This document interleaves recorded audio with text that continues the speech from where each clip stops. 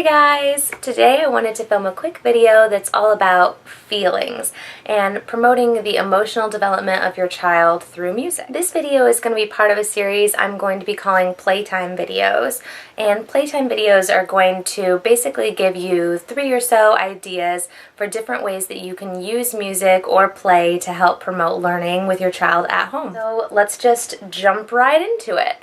Our first idea today is a play on the song Happy and You Know It, which I'm sure all of you have heard before.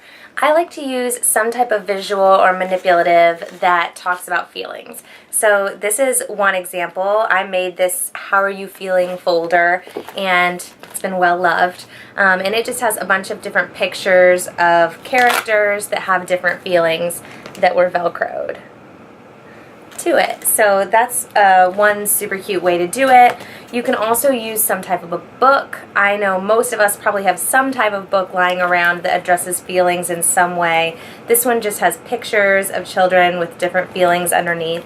I really like this one because for some kids that I work with, more abstract feeling pictures are a little more difficult to comprehend. So this one that has real pictures of real children is helpful for that. I also use these emotions vocabulary cards from the Communicate. You can use something like this that just has, again, words and pictures. There are a million different ways that you can go about doing this song. And again, you don't need anything. So if you don't have anything that has feelings on it at home, then that's totally fine. So we're going to be singing If You're Happy and You Know It, and we're going to address different emotions and different characteristics of those emotions while singing. So this time, instead of saying If You're Happy and You Know It, clap your hands, we're going to say If you're happy and you know it, then you smile. Show them a big smile so that they're really getting that those two go together. After you sang through the happy emotion, you can move on to another one. That's where I think the visuals really come in handy. If I was using this book, the next emotion after happy would be sad, but it's totally fine to jump around, obviously. So for sad, I might do, if you're sad and you know it, you might frown. If you're sad and you know it, you might cry. So you can do a lot of different behaviors with each emotion based on what's appropriate for you and your child, based on what's appropriate for their age, or something that you're trying to get them to do. You could do, if you're mad and you know it, stomp your feet. You could do, if you're mad and you know it, take a breath. Basically whatever you are trying to promote, but also something that makes sense with the emotion that you're talking about. If I was using something like the folder or the Communicate cards, I might let the child choose which emotion we were going to talk about. Allowing children that sense of choice really helps with their buy-in for the activity. So if they choose which one we're going to do, then they have already bought in that they're going to be participating in that activity or that part of that activity. So all of these little emotions have great different behaviors that you can associate them. Ones that I do a lot are surprised. If you're surprised and you know it, take a breath.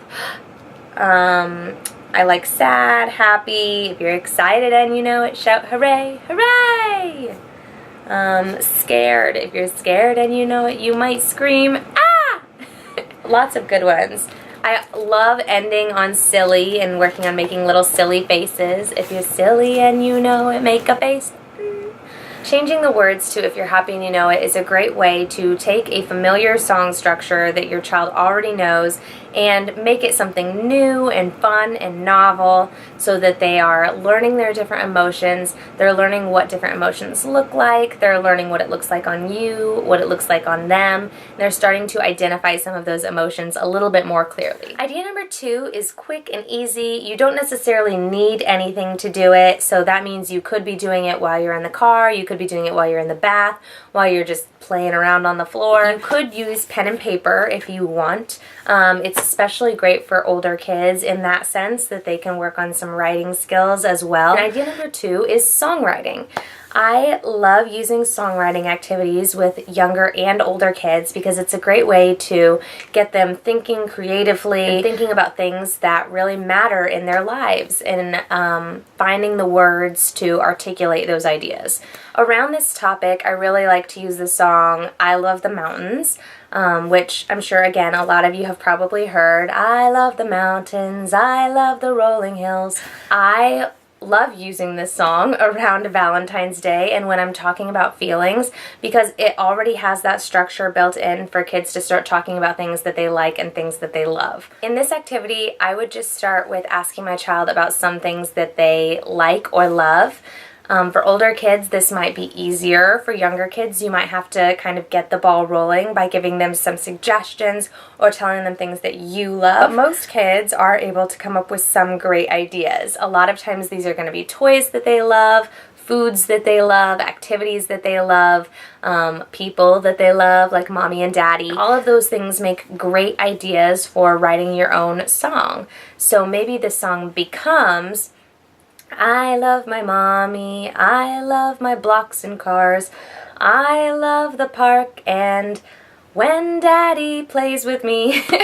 And in that way, you can really write a song that's specialized to them. You can either do the boom-de-ada, or I always like saying lots of love, lots of love, lots of love, love in my heart. If you have an older child, you can use this song to help them to articulate their ideas a little more specifically about a certain topic. Like they can say things that they love about school, things that they love about a certain friend or an activity. And in that way, they can begin to kind of really dig into the things that they appreciate and why they appreciate those things. And you can start some really great conversations just off of this tiny little song. For activity number 3, you just need one thing, and that is a mirror.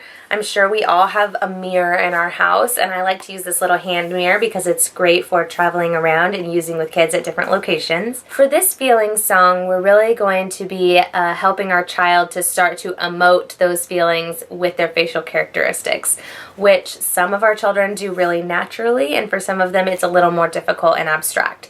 So whichever one your child is, they're definitely going to love this song.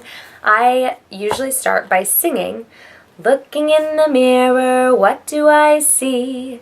I see a happy face looking at me. And in your mirror, you're going to make a big happy face. And you're going to show your child that mirror and show them your happy face so that they can start to imitate that and make their own big happy face in the mirror, where they're getting that immediate feedback of what their happy face looks like. You can make comments like, oh, that doesn't look like a happy face, or your face looks a little bit mad. Where's your smile for your happy face? And then similar to our first song, you're going to jump through some of those different emotions, really trying to allow them that mirror feedback for what their face should look like for that emotion. So I might say, looking in the mirror, what do I see? I see a surprised face looking at me.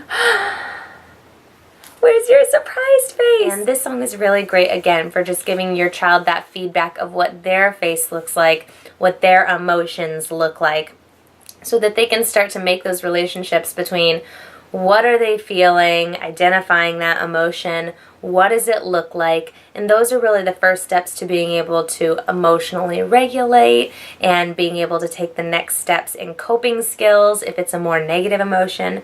So those are really, really important early skills to understand. So that is my video on 3 different playtime activities that you can use with your child at home to learn more about feelings and to promote their emotional development.